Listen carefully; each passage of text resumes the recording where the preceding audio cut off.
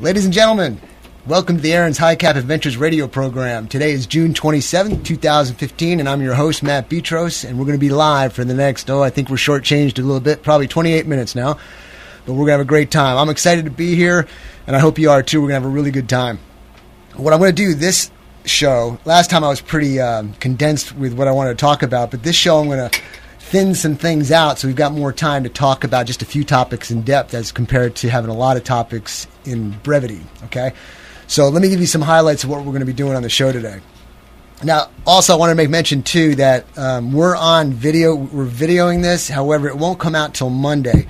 So you can always go to our website, aaronsgunshop.com, and you can click on there and listen to us, and come Monday you'll see the actual video of the show because I'll be doing some demonstrations as well. But last week I mentioned we'd be talking about signage as it's concerned to concealed carry holders in the state of Texas. Well, we're going to be hitting on that pretty thoroughly to clear up any confusion because there is a lot of confusion out there when it comes to where you can go and where you can't go. So we'll be going over signage briefly. Or not briefly, but in a minute we'll be going over some signage. Also, I want to be telling you about some classes and seminars coming up in July at Aaron's Gun Shop in Cameron. And in last week's show, I had mentioned a term called saddling the gun. I want to go over that and what it means and how to apply it to your firearm, specifically an automatic pistol. I'm going to be also showing another product which I designed specifically for the AR pistol M4 platform. I've got needs. I got special needs when it comes to equipment, and if I can't find what I like, I design it myself and have it made. So we're going to go over that as well. I think you're going to like it too. But what I'm really excited about today is our guest. I have a guest on the show today. Mark Boyer, retired military, sergeant first class. He's going to be our lead instructor for our upcoming AR M4 training seminar on July 25th. And we're going to be talking to him about his skills, his qualifications, and desired outcome for his students on the July 25th seminar. So that is going to be pretty good. Then phone numbers, emails, and websites. Actually, it's probably a good thing I do it now. So if you got a pen and paper, why don't you write this down. If you wish to be a part of the show or have a question or comment pertaining to the topics we're talking about today, you can call the show directly. It's 254-773-1400, 254-773-1400. If you want to email me, you can email me at aaronsgunshop@gmail.com. That's aaronsgunshop@gmail.com.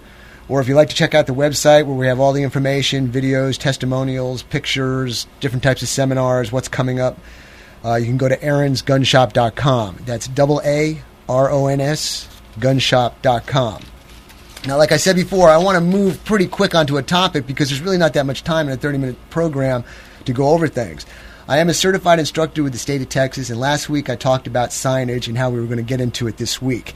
Signage is very important when it comes to the concealed carry person who has a license to carry concealed. And the reason being is the state allows us to carry concealed. And, of course, January 1st, 2016, you'll also be able to carry in the open, but we'll discuss that later. But the state provides for you to carry concealed as long as you go through certain hoops. You've got to do certain things to be eligible and qualified to be able to carry a gun concealed. Well, on the reverse of that, for someone who doesn't have a license or an owner or somebody who doesn't want you in their facility, location, premises, or whatever, they have to post signs properly in accordance to what the state says is the legal way to tell a license holder to stay out. So they have rights. We have rights under the state law as to where we can go and where we can't go. So let's start off with showing and talking about some of the signs that pertain to concealed carry. The first one I want to talk about is the most prominent one, and that's the Penal Code 30-6 sign. Now, I got my notes here. I'm kind of a little bit of rush, so let me get my books out so I can read verbatim when it comes to that point as to what it's pertaining to on 30-6. But the Penal Code 30-6 is the one sign that states even if you've got a concealed carry license, you cannot go into this location if this sign is posted in a proper manner. So it's going to be Penal Code 30-6 we're going to go over, 30-7, 51% sign, and then verbal means to keep somebody out. But the Penal Code 30-6 sign, this is what it reads.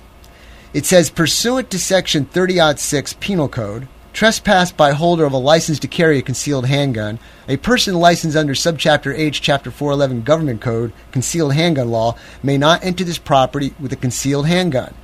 Now, that's a very important sign to know. So I'm going to go to the law book, and I want to read specifically what Penal Code 30-6 says. So listen along.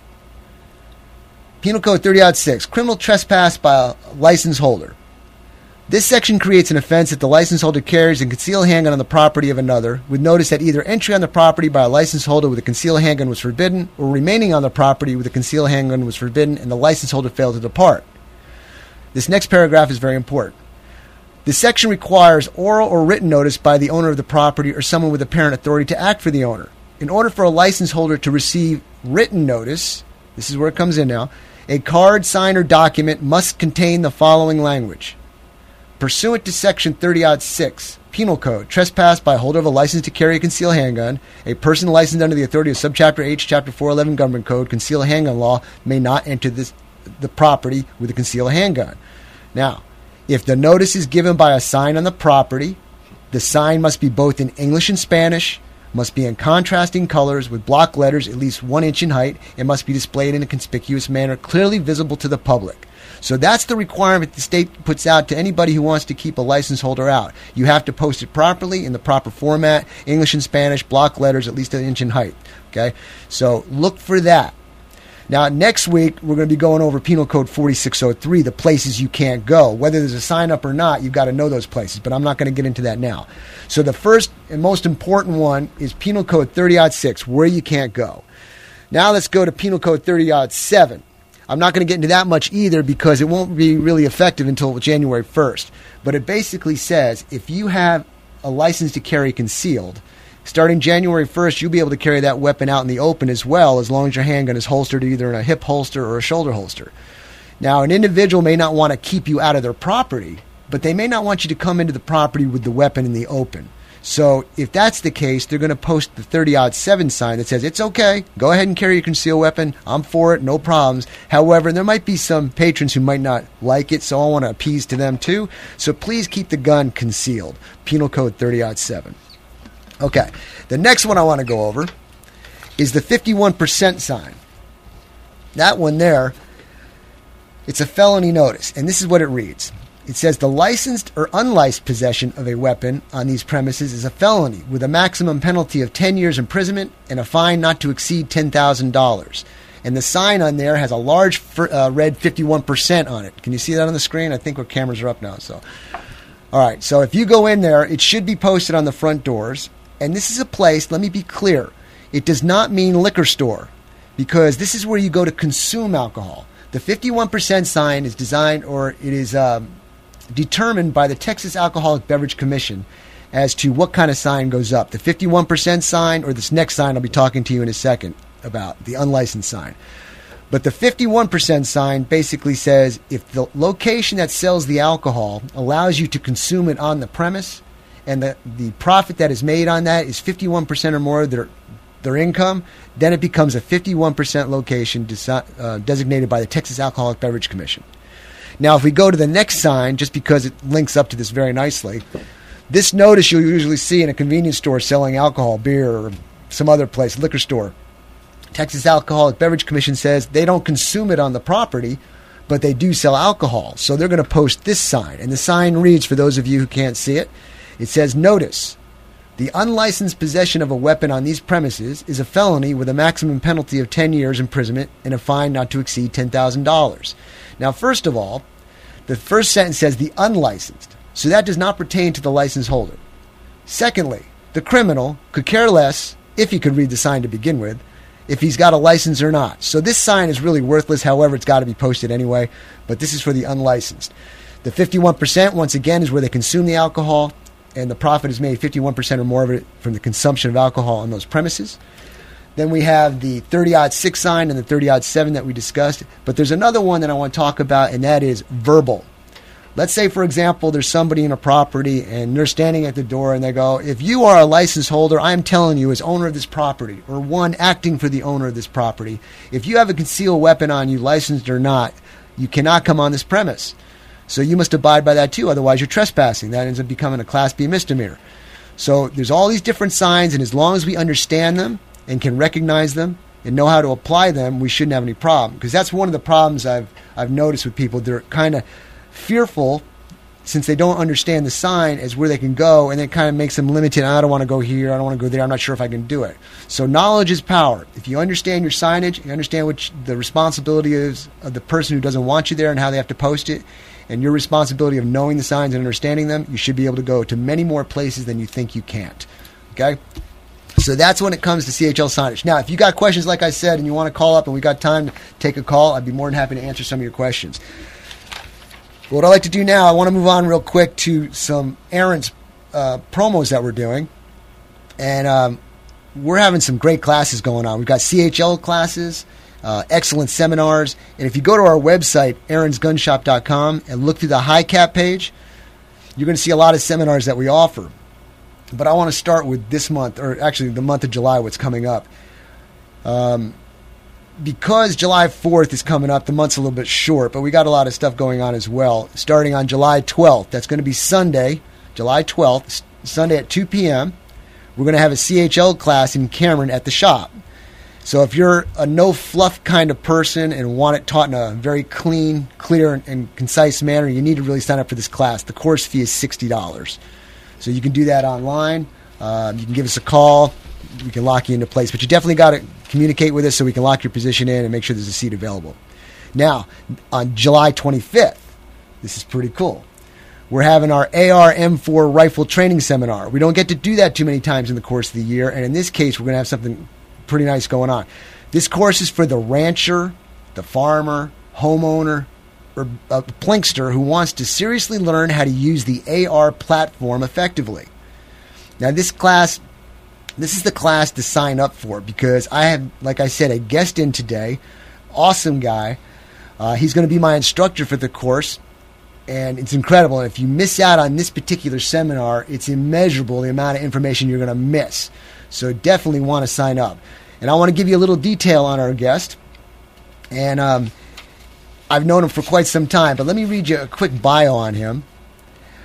As a 30-year combat veteran and U.S. Army Special Forces Green Beret instructor, Special Forces Advanced Urban Combat instructor, Joint Special Operations Weapon and Demolitions Range Master, Sergeant First Class retired Mark Boyer is honored to participate as a guest M4 Tactical Advisor instructor on our July 25th M4 seminar.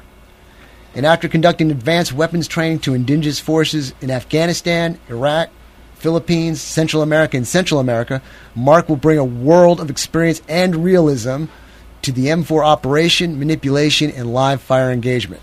So with that intro, and with no further ado, I would like to introduce to you my good friend and awesome individual, Mark Boyer, Sergeant First Class Mark Boyer. Well, thank you very much, Matt. Honored to be here. I'm looking forward to having a great time. We're going to have a blast, and you got a plethora of information. And I wrote down a bunch of questions so I don't miss anything that I think is important to ask so that our audience can hear your experience, things that you would offer to this class, questions that I've got, your point of view. So if you don't mind, let's get right to it. And I want to just check the clock, see what kind of time we got here. I think we're doing all right. But one of the main questions I always ask everybody is, why are you here, Mark? Why are you willing to do this? Well, I've been watching the world threat situation, and I've fought terrorism all around the world, and now I see how terrorism is actually creeping here into America. Yes, sir. And so anything that I can do to help people stay alive a little bit longer and protect their families, then I want to do that. I've been teaching indig forces around the world. I'd rather teach the American people, if I can. Yeah, staying alive is a good thing. And staying alive effectively is a good thing. And one thing about Mark, I've known Mark for quite a long time. He's very effective. He's like me in the sense he breaks things down and studies them and finds the weak spots and highlights them and just gets it down to a gnat's fanny as to what the problem is. And he's able to foresee. He goes through the whole scenario in his head and is able to pinpoint problems that may come up and eliminate those before they can happen.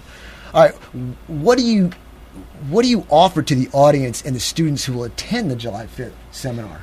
Well, first and foremost is going to be my real-world situational experience, engaging the enemy up close and personal, being able to adapt and think about contingencies, things that can happen along the way. So I want to open people's minds up to that. But you just said something that was very important. You visualize every step of the way. A lot of people will just buy a weapon, they'll go to the range, they'll shoot it, they'll get comfortable with it, and then they'll put it in their truck, and they'll think, well, if the time comes, I'll know what to do. But no, we got to visualize every step of the way, everything that can go wrong. And I thought that was very good. Let me follow up on that. I'll come back on you on the visualization. Yeah. A person with your experience has been through it. Somebody who's a little bit more novice, who doesn't have that experience, may not know how to envision in the future. But with you and your experience being able to relay that to the student, you are saving them time and steps because, I didn't even think of that. Okay, I'll put that into my contingency plan. So you enable people to see in the future by experiences with over 30 years of experience. Well, I was listening to one of your other programs about being prepared for having to evacuate your house in a time of crisis, like the tornadoes that just recently hit. Well, the same thing applies to your weapons. You always have to think ahead, what do I need in that time of crisis? And there you go. You start visualizing that, and then that just leads on to other things. We're talking basically about my PEP program. It kind of breaks down into two different things. PEP, practice eliminates panic. That's usually based on weapons practice. And then preparation eliminates panic. That's more of the survival mode. So that we kind of touch on that when we're talking here. But Mark, let me ask you some other questions here that I wrote down. What do you feel is the most important part of this training? Well, I think that's going to be broken down into three parts. Number one is, if you are a weapons owner, you have a responsibility not only to safeguard that weapon and to use it effectively, but to train with it and to know it like the back of your hand. Right. You have to know it. You have to make sure it's safe. Safety is the other thing, is just having a weapon.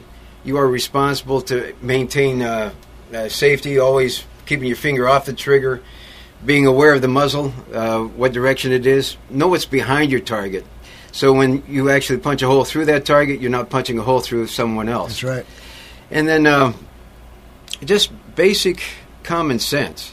And treat every weapon as if it's loaded. I've seen a lot of guys in different gun shops around the world that will come in and say, hey, look at my gun. And don't worry about it, it's unloaded. And they just hand it to me. Those are the most dangerous so irresponsible, ones, right? It's ridiculous. Yeah, you see it all the time. Yeah.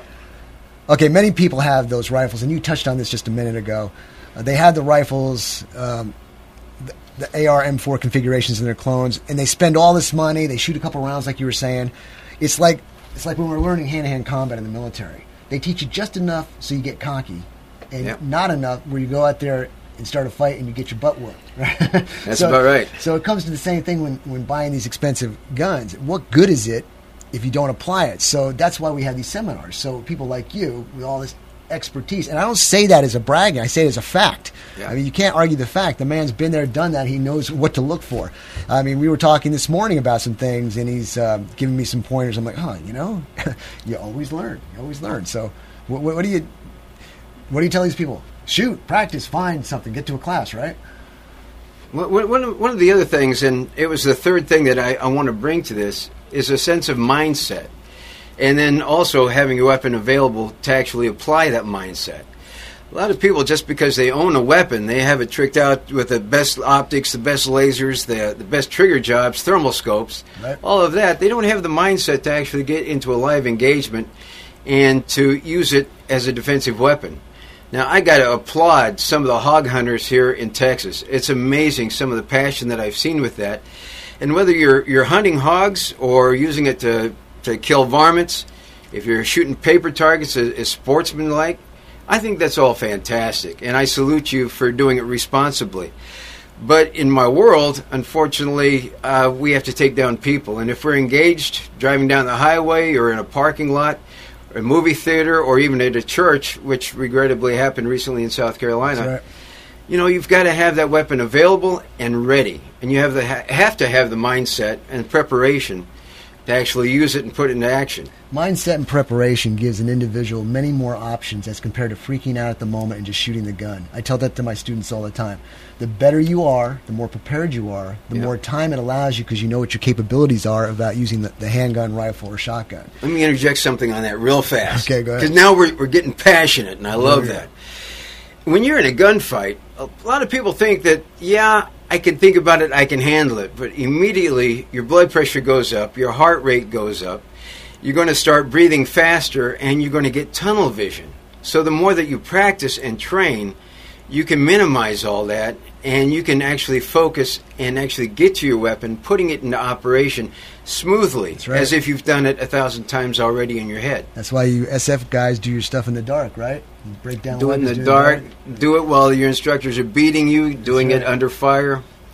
Learn it gets fun.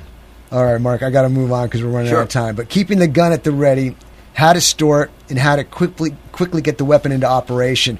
We were discussing that today too. It's a primary thing. It's no good, like he's saying, to have this gun and you can't access it quickly. So I'm going to segue now. The clock's ticking, so I'm going to segue into the next section. That's going to be a product spotlight, but it has to do a lot with what we're talking about right now. And Mark, if you wouldn't mind, hand me. I got it right here. Okay. We're going to promote something here. This is a gun case that I designed. When I come up with products, I have to have stuff that works. Let me get my little cheat sheet here so I don't miss any points that I want to talk about this. But this product here, I felt it very important to come up with because of what I do. And this is what I call, this is the Sentinel Operator's Bag, better known as the SOB. Okay. But the reason I designed this bag was I like the AR pistol platform. However, the AR pistol platform, if you've never shot one without earmuffs, you're going to go deaf. Okay? A lot of the people who buy these guns, they buy them for giggles or they're serious application. But when you shoot this gun, it's going to make a lot of noise. So I decided to get mine in 22 because I can recover after every report.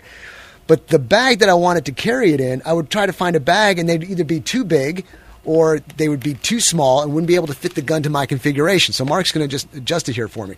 One of the most important things for me for having a bag like this is to have quick accessibility. So if I pick up my bag and I need this bag, I want to open it up and grab the weapon out and be able to utilize it immediately as compared to another bag that doesn't have the exact dimensions as this one I designed, and then you have to take the gun out, insert the magazine, put the sight on because the bag is too compact, or it's way too big and it's obtrusive and everybody knows what you got. I wanted a very discreet, trim, efficient, effective bag. This bag does it. And one of the other key designs on the bag was I couldn't have Velcro straps that wrapped around it and fight with them. I had to have quick release buttons and snaps to remove it. Now we also put here, I don't have the holster in here yet, but we also have our primary handgun that can fit in the bag as well. So in a nice, neat little package, you've got a way to carry your AR pistol or any other type of pistol or folded stock weapon that would fit in this configuration. You've got internal mag pouches. You can add your own pouch for if you have to take it off and put it on your belt real quick. It's got an internal pocket to put accessories, batteries, or whatever. And it's also high enough where if you have your flashlight on it, which I highly recommend if you don't have a flashlight on a gun that's going to be a defensive weapon, I highly recommend you do that. You always need a flashlight. But it's high enough where it can be on the gun as well. It's stiff wall padded to maintain its shape. This is an excellent product. And Mark, if you wouldn't mind showing the quickness of how it comes out by just popping the snaps, that'd be great. Well, if I go to the trunk of my car or other secured location, and the gunfight's already happening, I got 3 snaps. And I'm up and out. And for those people who can't see it, go to the website, aaronsgunshop.com. Come Monday, you'll be able to see the video. But what he was doing was he just reached into the bag, popped the 3 snaps, and the gun comes out, and it's ready to go. No assembly required. No water needed. It's all good to go. The primary, then I can put it down to retention, go to my secondary, put it in its proper holster. We've got a go-to mag pouch I can put on my belt and a place here for pistol mags. That's right, pistol mags. So you can develop this bag pretty much any way you want it, but it was designed specifically. You can find this product on my website, aaronsgunshop.com. Just go to the products page. We're taking pre-orders now, so if you like it, go ahead and order. We'll take care of it. But as time ticks away, I want to do one other thing concerning a handgun. Last week I spoke about saddling the gun. Mark, if you wouldn't mind, let me have that 9mm, please. All right, thank you. First thing we do when we get the weapon, we're going to check to make sure it's clear. The magazine comes out, magazine is empty. Slide to the rear, we're checking the chamber. Chamber's clear. I'm looking in the magwell is clear. Now, for you people who can't see me, I'll try to explain it verbally. But for those of you who can see me, check out the website here. Saddling the gun. The thing that we do when saddling the gun is when the slide is locked to the rear, we want to load the weapon. So we're going to hold the gun always in our shooting hand. We are then going to get the magazine, and we're going to insert the magazine, a full-loaded magazine, and we are going to bring the non-shooting hand up and over the top of the slide to the rear of the ejection port. We don't want to cover the ejection port because once we put the slide forward, it may bite our hands. We want to keep free from that. And we never want to put it in front of the muzzle. We want to keep it back here in the safe zone. So saddling the gun is coming up over the top of the slide with your non-shooting hand and grabbing it with the meaty parts of your finger and palm, pulling it to the rear and allowing it to go forward. And there's a big reason we saddle the gun as compared to just using it with your fingertips trying to pull the slide to the rear. When the adrenaline's pumping and your 5 fingers turn into 1 or 2 fingers because you're freaking out and nervous, trying to manipulate the slide and pull it back to the rear and let it go, your fingers may slip off. So by saddling the gun up and over the top of the slide, pushing and pulling at the same time, the gun becomes loaded, the round is in the chamber, and you're ready to fire the weapon. So that is called saddling the gun. We do a lot of this training in our seminars. If you want to become extremely proficient on how to use your handguns, we highly recommend you take one of our seminars. We've got excellent instructors, excellent training curriculum, and it'll just enhance your shooting skills tremendously. Okay, operator, how much time I got? 2 minutes. Okay. Talked about saddling the gun. I wanted to go over next week's highlights. Once again, the 12th of July, we're going to have the CHL class at 2 o'clock on Sunday. That class fee is $60. July 25th, once again, we're going to finish up this segment with basically Mark going to be our lead instructor. Incredible incredible getting of Mark to be the instructor. I'm excited about that. I'm telling you, anybody you sign up, you're going to learn a lot of stuff. Do not delay. The course fee for that one is $200. Lunch is provided. You'll need 300 rounds, brass ammo only, and we can explain to you the reasons for that as well. So if you want more information on that, go to aaronsgunshop.com. Yes, sir. Let me just interject that slings and holsters, preferably retention holsters for your sidearm or secondary. Okay, we'll be sending out some information on that as well, but you heard it here first. Slings, retention holsters will be part of the curriculum as well. Okay, did we have a call? No, 1 minute? Okay. I'll tell you what, we're just going to close it up then on a good note. I had some other things I wanted to go over. We have a section here called Whiskey Tango Foxtrot. It's what the... but I won't say the last word. We didn't have time to do that this time, but I'll try and sneak it in next time. But I'll tell you what, until next time, it's been a pleasure. Please go to aaronsgunshop.com. Check out all the information. Give us an email or a call. You can email us at aaronsgunshop@gmail.com, or you can look on the website for the phone number directly to me, and I'll be more than happy to answer all your questions. But until next time, have a blessed day. Take care.